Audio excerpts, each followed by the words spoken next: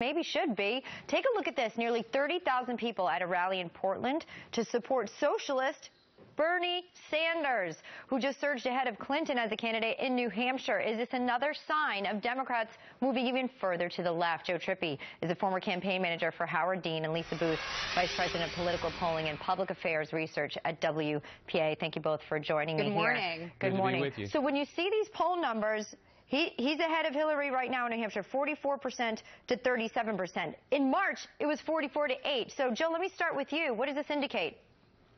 That there's an insurgency on the Democratic side, and an anti-establishment feeling on the Democratic side that's been there for a long time, and the same thing that you see on the Republican side with Trump and others who are outside of the normal, what the establishments in both parties want to see as their nominee.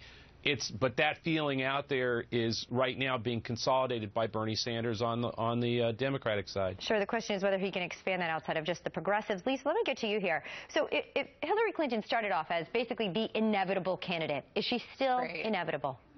I don't. Hillary Clinton is no longer inevitable, and I think that's what this means. Look, there's a reason that Hillary Clinton went up with a $2 million ad buy in Iowa and New Hampshire, because she's desperately trying to rebrand her image.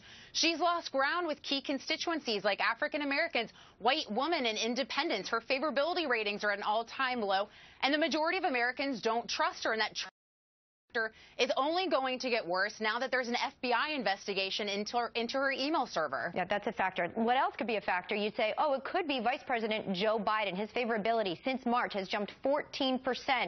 Joe, what would he do to the tide here on the left?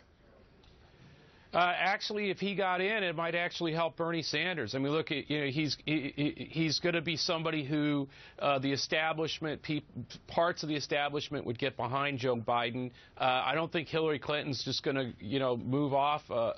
And why would Bernie Sanders leave the race? He's gotten the 35% of the vote. Sure, he's only consolidating the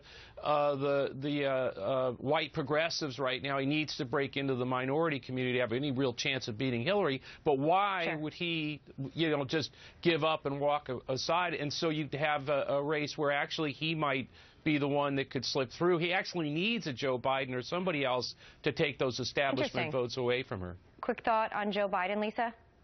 Well, I think Democrats are seeking an alternative, and the reason being is when you remove the inevitability factor from Hillary Clinton, what does she stand for? What is the driving force behind her campaign? Her record as Secretary of State is incredibly tarnished. She has no crowning achievements as a United States senator, and her economic policies are an extension of the same failed policies we've seen under President Obama that have put a squeeze to the middle class.